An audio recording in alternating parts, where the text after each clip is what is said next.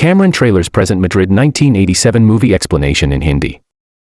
एक old man और एक यंग लड़की ये दोनों बाथरूम में फंस जाते हैं। ओल्ड मैन एक जर्नलिस्ट था और उसकी इंटरव्यू ये लड़की लेना चाहती थी, पर उसके इंटेंशन कुछ अलग ही थे। हेलो फ्रेंड्स, आज मैं आपको मैड्रिड 1987 ही 2011 की एक फ्रेंच मूवी एक्सप्लेन करने वाला हूँ। ये kind of hang out movie है, तो इसके कन्वर्सेशन को आप रिलैक्स कर कुछ खाते हुए एंजॉय कर सकते हो। तो बिना किसी देरी के एक्सप्लेनेशन स्टार्ट करते हैं।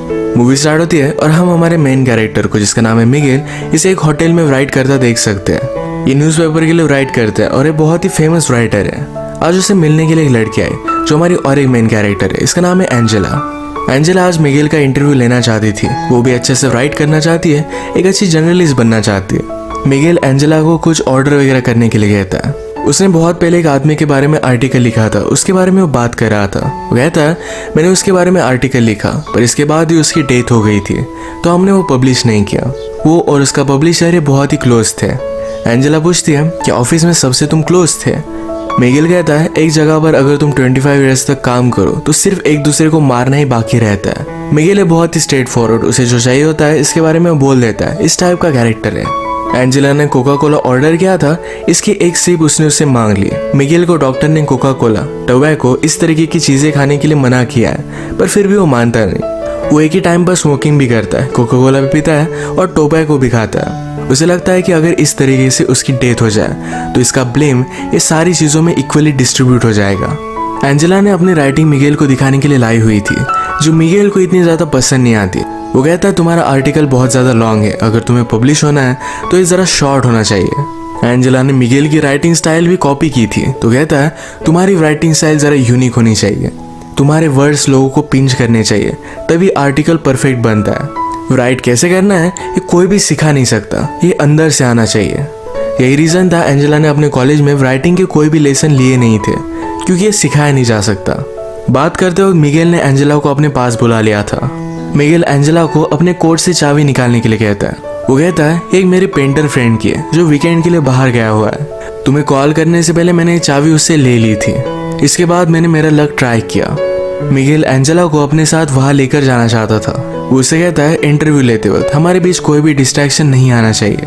ये वहां पर पहुंचे, मिगेल एंजेला को टी वगैरह देता है। यहाँ पर अलग अलग पेंटिंग्स पड़ी हुई थी, तो मिगेल कहता है पेंटिंग ये आर्ट फॉर्म मुझे बहुत अच्छा लगता है। जब आप पेंटिंग करते हो उसके बाद भी कलर्स को स्मेल कर पाते हो, फिजिकली इसे एंजॉय कर पाते हो, पर राइटिंग का उस तरीके से कुछ भी नहीं है। एंजेला ने ग्लासेस लगाए थे तो उसने वो निकाल लिया, उसके बाद उसे किस कर लेता है। इसके बाद मिगेल ने कहा कि आजकल मुझे किसिंग में कोई भी इंटरेस्ट नहीं है, जैसा एज बढ़ता गया वैसे इंटरेस्ट चला जाता है। उसने फिर उसे कपड़े निकालने के लिए कहे। उसका मानना था कि एंजेला उससे कुछ सीखने वाली है, तो उसके बदले में उसे भी कुछ मिलना चाहिए। वो उसे क्लियरली बोल देता है कि मुझे जो चाहिए ये मैंने तुम्हें क्लियरली बता दिया है, इससे ज़्यादा तुम और कुछ भी एक्सपेक्ट नहीं कर सकती। इसका मतलब ये नहीं कि तुम टैलेंटेड नहीं हो, पर फिजिकली मैं तुमसे अट्रैक्टेड हूँ। आजकल मैं किसी भी लड़की को सीड्यूस नहीं कर पाता, जब यंग था तब की बात अलग थी। अगर आज एंजेला के साथ उसका कुछ हुआ तो इसके बारे में वो लिखने वाला है। एंजेला को ज़रा अनकंफर्टेबल लगा तो यहाँ से वो चली जाती है। थोड़ी देर में माइंड चेंज कर फिर से वो वापस आ गई। उसने अपने कपड़े निकाले। मिगेल ने अपने फ्रेंड की कलर लेकर उसके बॉडी पर वो ड्रॉ करता है। इनके बीच में अब तक फिजिकली कुछ भी नहीं हुआ। इसके बाद एंजेला शावर लेने के लिए चली जाती है। मिगेल भी उसके पीछे पीछे आया। उसने डोर लॉक किया, वो भी शावर लेता है। शावर लेने के बाद एंजेला ने कहा कि अब मुझे यहाँ से जाना है, ये सब वो नहीं कर सकती। मिगेल को ये बात सुनकर बुरा लगा, पर एंजेला जब यहाँ से जा रही थी तो बाथरूम का डोर ही ओपन नहीं होता। ये डोर खराब था, पर मिगेल का फ्रेंड उसे बताना भूल गया था। एंजेला इसे खोलने का बहुत ट्राई करती है। मिगेल ने भी ट्राई किया, पर दोनों से खुल नहीं पाता। एंजेला बाथरूम की छोटी सी खिड़की से हेल्प मांगने की कोशिश करती है, पर मिगेल ने उसे कहा कि प्लीज ऐसा कुछ भी मत करो, अगर हम दोनों एक साथ पकड़े गए तो तमाशा हो जाएगा। वो एक फेमस राइटर है तो स्कैंडल भी बन सकता है। मिगेल ने कहा कि मेरा फ्रेंड 2 दिन तक वापस नहीं आएगा, इतने टाइम में उसकी वाइफ पुलिस को कॉल कर देगी। एंजेला कहती कि मेरे पेरेंट्स उससे पहले ही ज़रा ज़्यादा वरीड हो जाएंगे। ये इन दोनों के लिए प्रॉब्लम थे, तो फिर से खिड़की से आवाज़ लगाने लग जाते हैं, पर इन्हें कोई भी सुन नहीं पा रहा था। मिगेल कहता है हमारी सिचुएशन बहुत ही अजीब है, एक तो कॉमेडी हो सकती है या फिर ट्रेजेडी। एंजेला ने कहा कि अगर हम सेफली यहाँ से निकल गए तो एक कॉमेडी होगी, अगर मेरे पेरेंट्स को पता चल गया तो एक ट्रेजेडी में कन्वर्ट हो जाएगी। मिगेल पूछता है कि तुम्हारे फादर क्या करते हैं। एंजेला ने कहा कि वो मिलिट्री में है। उनका नाम उसने उसे बताया, तो मिगेल उन्हें जानता था। एंजेला की बड़ी सिस्टर को भी वो जानता है। उन दोनों में 17 ईयर्स का डिफरेंस है। मिगेल कहता है कि जब वो एक्टिंग क्लास में थी तो हम दोनों फ्रेंड्स हुआ करते थे। वो एक्चुअल में उसे लाइक करता था, पर उन दोनों के बीच में कुछ भी नहीं हुआ। मिगेल बहुत ही वरीड था कि उसकी वाइफ पुलिस को बुला लेगी। उसे एक राइटर की स्टोरी याद आई। राइटर हमेशा अपनी वाइफ पर चीट करता था। एक दिन वो घर पर ही नहीं आया। उसकी वाइफ को पता था कि वो किसी और लड़की के साथ है, फिर भी उसने पुलिस को कॉल कर दिया। कहा कि टेररिस्ट लोगों ने मेरे हस्बैंड को किडनैप कर लिया है। जब वो राइटर नेक्स्ट दिन उठा तो अपने आप को उसने डायरेक्टली न्यूज़ पर पाया। ये सब बहुत ही फनी बन गया था। उसकी वाइफ ने उसे एक लेसन टीच करने के लिए ये सब किया था। मिगेल कहता है कि तुम्हारी डैड और सिस्टर में कभी भी बनती नहीं थी, वो हमेशा फाइट करते थे। एंजेला ने कहा कि वो अब भी करते हैं। एक्चुअली एंजेला ने अपनी सिस्टर से ही मिगेल का नंबर लिया था। मिगेल कहता है एक बार मैंने उसे बताया था कि मैं उसे लाइक करता हूँ, पर उसने मुझे रिजेक्ट कर दिया था। अगर उसे पता चला कि हम दोनों किस सिचुएशन में हैं तो मैं वंडर करता हूँ कि वो करेगी क्या। आजकल एंजेला की सिस्टर एक बड़ी एक्ट्रेस बन चुकी है। एंजेला कहती है कि मेरी सिस्टर को लगता है कि तुम बहुत ही ओवररेटेड राइटर हो। मिगेल को सुनकर बुरा लगा, पर वो कहता है एक ओवररेटेड राइटर ही इसको अपना करियर बना सकता है। एंजेला पूछती है लोग क्या कहते हैं, क्या तुम्हें इससे कुछ भी फर्क पड़ता है। मिगेल पूछता है क्या अब भी तुम मेरा इंटरव्यू ले रही हो। मैं तुम्हें सब आंसर्स दूंगा, पर ये इंटरव्यू किस तरीके से एंड होती है इस पर ही डिपेंड करेगा। उसे टच करने वाला था, पर एंजेला उसे दूर जाकर बैठी। एंजेला कहती है तुम्हारे नॉवेल्स बहुत ही अजीब तरीके से थे, पर फिर भी उन्हें बहुत सारे अवार्ड्स वगैरह मिले हैं। मिगेल कहता है नॉवेल लिखते हो लोग बहुत ही ज़्यादा टाइम लेते हैं, मैंने इसे प्रोफेशनली लिखा था। हर रोज़ मैं कुछ टारगेट रखकर इसे कंप्लीट कर ही डालता था। मिगेल एंजेला से कहता है कि फिर से ट्राई कर देखो, तुम्हारी आवाज़ सुनकर तुम्हें हेल्प करने के लिए कोई भी आदमी आ सकता है। सुंदर लड़की देखी नहीं और हर आदमी उसे हेल्प करना चाहता है।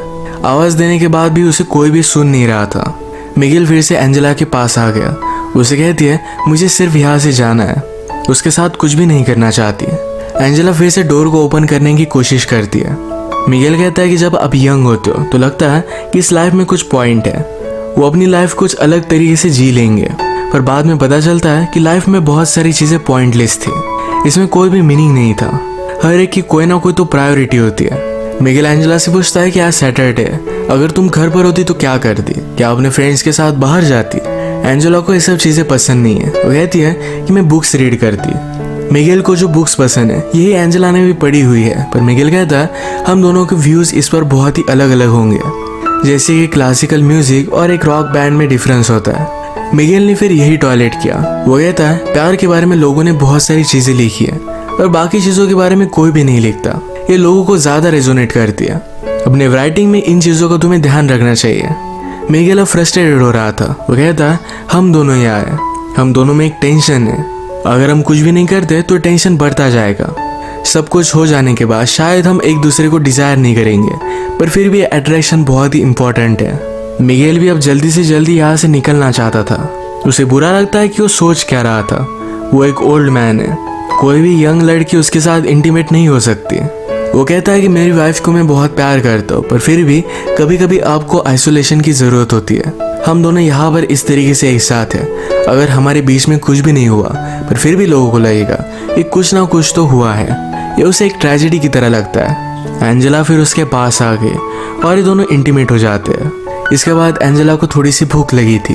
इस पर मिगेल कहता है मूवीज़ में मुझे लोगों को कुछ ना कुछ खाते देखना अच्छा लगता है। उसने अभी अभी एक एक्शन मूवी देखी थी जो बहुत ही फास्ट थी, पर अचानक से उसमें एक आदमी का खाना खाते हुए सीन आ गया। उसे लगता है कि उस सीन में एक पीस था, एक रियलिटी थी। वो बताता है कि राइटिंग भी इसी तरीके से होती है, जिस तरीके से जो भी फैक्ट्स है हमें उस तरीके से बताने चाहिए। जितना आप रियल लिखोगे उतना ही लोगों को अच्छा लगेगा। एंजेला अपनी राइटिंग से वर्ल्ड चेंज करना चाहती थी, पर मिगेल कहता है वैसा कुछ भी नहीं होता। तुम सिर्फ लोगों के लिए अच्छा लिखने का ट्राई कर सकते हो, बाकी कुछ भी तुम्हारे हाथ में नहीं। मिगेल के व्यू से बहुत सारे निगेटिव होते हैं। वो एंजेला से हमेशा इस तरीके से बात कर रहा था कि उससे बहुत ही ज़्यादा छोटी है। वो ऑलमोस्ट एंजेला को डांट रहा है, इस तरीके से उससे बात कर रहा था। एंजेला को इस पर गुस्सा आ गया। वो कहती मुझे सब लोग इसी तरीके से ट्रीट करते हैं, तुम सिर्फ बड़े हो, तुम्हें एक्सपीरियंस है, इसका मतलब ये नहीं कि तुम सही हो। तुम्हें क्या लगता है यहाँ पर मेरा आना ये तुमने चूज़ किया था, मैं भी तुम्हें चूज़ कर सकती हूँ। शायद मुझे भी कुछ ना कुछ डिफरेंट चाहिए था, इसीलिए मैं यहाँ पर आई। एंजेला का गुस्सा शांत होने के बाद मिगेल कहता है किसी को आवाज़ लगा कर देखो, पर फिर भी कोई भी सुन नहीं पा रहा था। एंजेला कहती है कि जब मैं छोटी थी तो इस तरीके से प्रिटेंड करती थी कि मैं एक सेलिब्रिटी हूँ, मेरा इंटरव्यू चल रहा है, और आईने के सामने हमेशा ऐसे देखती रहती थी। मिगेल कहता है लोग अपने आप को जैसे है इस तरीके से एक्सेप्ट नहीं कर पाते, इसलिए कुछ ना कुछ ज़्यादा पावरफुल बनने की कोशिश करते हैं।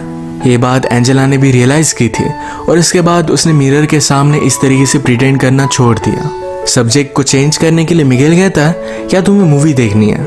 एंजेला पूछती कि हम कैसे देख सकते हैं। मिगेल ने फिर उसे स्टोरी बताना स्टार्ट किया। वो कहता है कि एक फैमिली थी, मदर, फादर और उनका एक बेटा था। एक दिन अचानक से बेटे ने अपने बेड से उठना बंद कर दिया। पहले तो पेरेंट्स को लगा था कि शायद स्कूल नहीं जाना चाहता, तो उसने साइकोलॉजिस्ट से उसकी बात करवाई, पर फिर भी बेटा मानने नहीं वाला था। साइकोलॉजिस्ट ने पेरेंट्स से कहा कि इस तरीके से आप प्रिटेंड कीजिए कि सब कुछ चीज़ें बहुत ही नॉर्मल है। बहुत दिन बीतते गए पर फिर भी वो अपने बेड से उठा ही नहीं। फादर और मदर ने फिर डिसाइड किया कि हम इसे लेकर कहीं वैकेशन पर जाएंगे। ये अलग अलग प्लेसेस पर घूमे। घूमते घूमते एक जगह पर मेला चल रहा था। इस मेले में अपने बेटे को बेड पर ही लेकर गए। वहाँ पर एक लड़की से उसने बात की। वो लड़की भी उसके प्यार में पड़ गई। उनका बेटा फिर भी बेड से उठा ही नहीं। उस लड़की को बहुत बुरा लगा और वो भी फिर बेड में ही रहने लग गई। ये बात देखकर सारे विलेज वालों को लगा कि शायद ये बीमारी कंटेजियस हो सकती है। उन्हें यहाँ से बाहर निकाल दिया गया और भी थोड़े दिन बीत गए। एक रात आई जो बहुत ही ब्यूटीफुल थी। मदर और फादर एक दूसरे की कंपनी एंजॉय कर रहे थे। वो दोनों जंगल में गए और एक दूसरे के साथ इंटीमेट हो गए। जब वो वापस आए तो उनका बेटा बेड से उठकर कहीं चला गया था। उन दोनों ने अपने बेटे को ढूंढने की बहुत कोशिश की पर उन्हें वो कहीं भी नहीं मिला। एंजेला पूछती है क्या इस स्टोरी की एंडिंग सैड है? मुझे तुम्हें क्यों सुना रहे हो? मिगेल उसे बताता है कि मदर ने अपने बेटे को ढूंढने की बहुत कोशिश की थी, उसे मिला नहीं, पर इस बात से वो खुश थी। उसका बेटा इस तरीके से रह रहा था, इस बात से वो तंग आ चुकी थी। उसे जो फीलिंग्स आ रही थी इस वजह से उसे गिल्टी लग रहा था। स्टोरी की तरह ही हमने आज जो भी किया ये गलत था। हमें इसके बारे में गिल्टी तो लगेगा ही, पर ये अब हो चुका है। इसके बारे में ज़्यादा सोचना सही नहीं। इसके बाद अगर हम फिर से कभी मिले तो तुम मुझे इग्नोर कर दोगी। तुम्हें गिल्टी तो लगेगा पर यही करना सही होगा। इसके बाद थोड़ी देर में मिगेल को किसी का आवाज़ आया। उस आदमी को बुलाकर कहता है कि प्लीज़ मेरे फ्रेंड को कॉल करो, मैं यहाँ पर फंस चुका हूँ। थोड़ी देर में मिगेल का फ्रेंड भी वहाँ पर पहुँच गया। जिस तरीके से मिगेल ने कहा था कि तुम मुझे अनदेखा कर कर यहाँ से चली जाओगी, उसी तरीके से एंजेला यहाँ से चली गई। जाने से पहले एंजेला ने उसे कहा कि सिर्फ एक इंसिडेंट था, इसी तरीके से मैं उसे ट्रीट करूँगी। मुझे इसके बारे में कोई भी बुरा नहीं लगेगा, ये सिर्फ उसके लिए एक एक्सपीरियंस था। इसी के साथ ये मूवी एंड हो जाती है। अगर हम इस तरीके की हैंग आउट मूवीज़ देखें तो इसमें सिर्फ कैरेक्टर को और भी ज़्यादा जान देना, उनके साथ कन्वर्सेशन एंजॉय करना, यही सिर्फ एक पॉइंट होता है। तो इसी टाइप की आज की हमारी मूवी थी। अगर आपको एक्सप्लेनेशन अच्छा लगा तो प्लीज़ इसे लाइक और कमेंट ज़रूर कर दीजिएगा। मैं बहुत सारी मूवीज़ लेकर आता रहता हूँ, तो प्लीज़ इस चैनल को सब्सक्राइब कर दीजिए और बेल नोटिफिकेशन आइकॉन दबाना मत भूलिएगा। हम फिर से मिलेंगे और एक नई मूवी के साथ। तब तक के लिए थैंक यू और आप अपने आप का ख्याल रखिए।